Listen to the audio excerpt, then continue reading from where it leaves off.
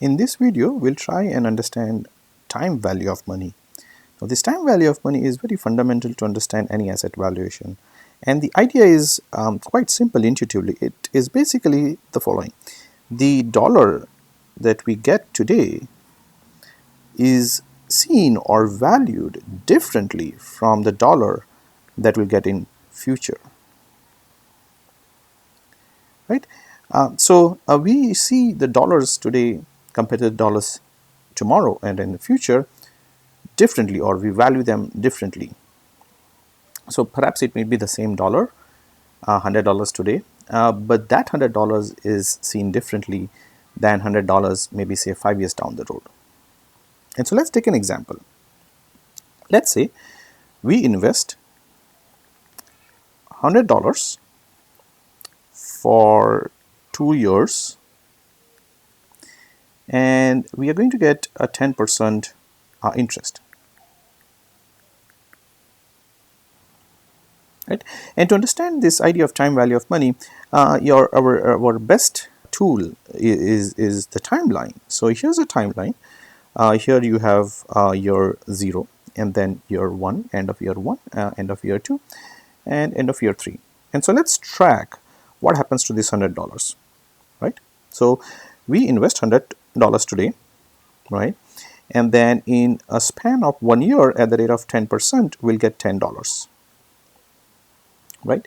So end of 1 year, our balance in the account will be $110. Right? Notice the $10 is the interest that we have earned on investing this $100 for 1 year. Right? And in year 2, again we are going to get this 10% return. But now notice the 10% is not on $100, but the 10% that we are going to get for 1 year is by investing $110. So a 10% of 110 is 11, and at the end of the 2 years our balance will be $121, right? So the idea is this.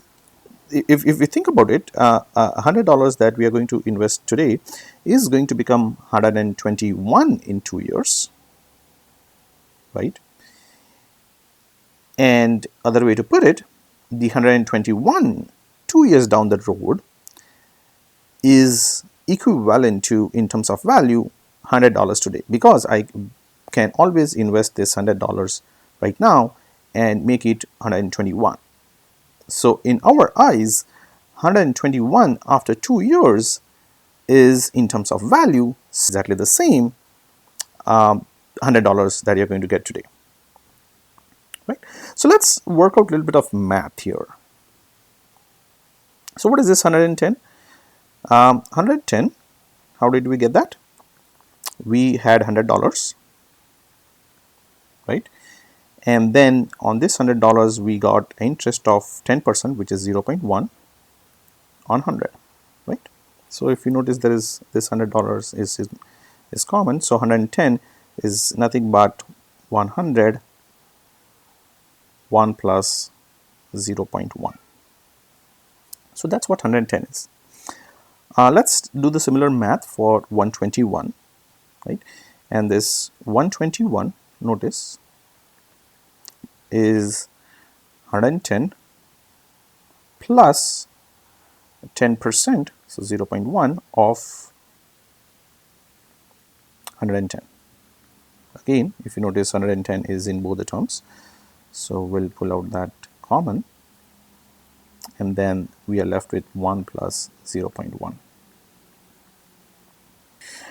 Now, what is 110? If you notice, 110 is nothing but this expression that we have over here, that is the balance after 1 year. So let's put that 100, 1 plus 0.1. Now this is 110, right? So that is coming out of from here. And then this expression that is left, 1 plus 0.1. Right? So that will give us $100, 1 plus 0.1 to the power 2. Right?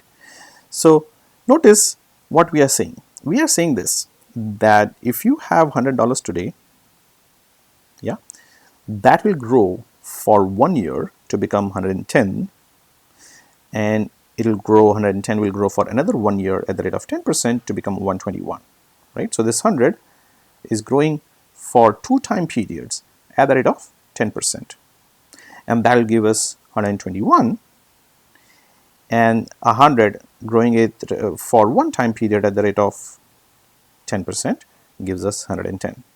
So 100 today is equivalent in value to 110 after 1 year, and 100 today is equivalent in value to 121 after 2 years. Right? Let's reverse the argument. The argument is 121 after 2 years, this is the future value, is equivalent to $100 today. So if you give me $100 today, it's the same thing as giving me 121 after 2 years, right? Because if you give me 100 today, I can invest for at the rate of 10% for 2 years, and I can make it 121, which is the same thing as the other deal, which is 121, right? So if the option is 121 after 2 years, is that a good option, or 100 today, is that a good option? From the point of view of investment, from the point of view of time value of money, it's the same option, right? Because 100 today is equivalent to 121 after 2 years, right? So let's kind of generalize this. What is this 100? 100 is nothing but the one that we invest today. So this is the present value.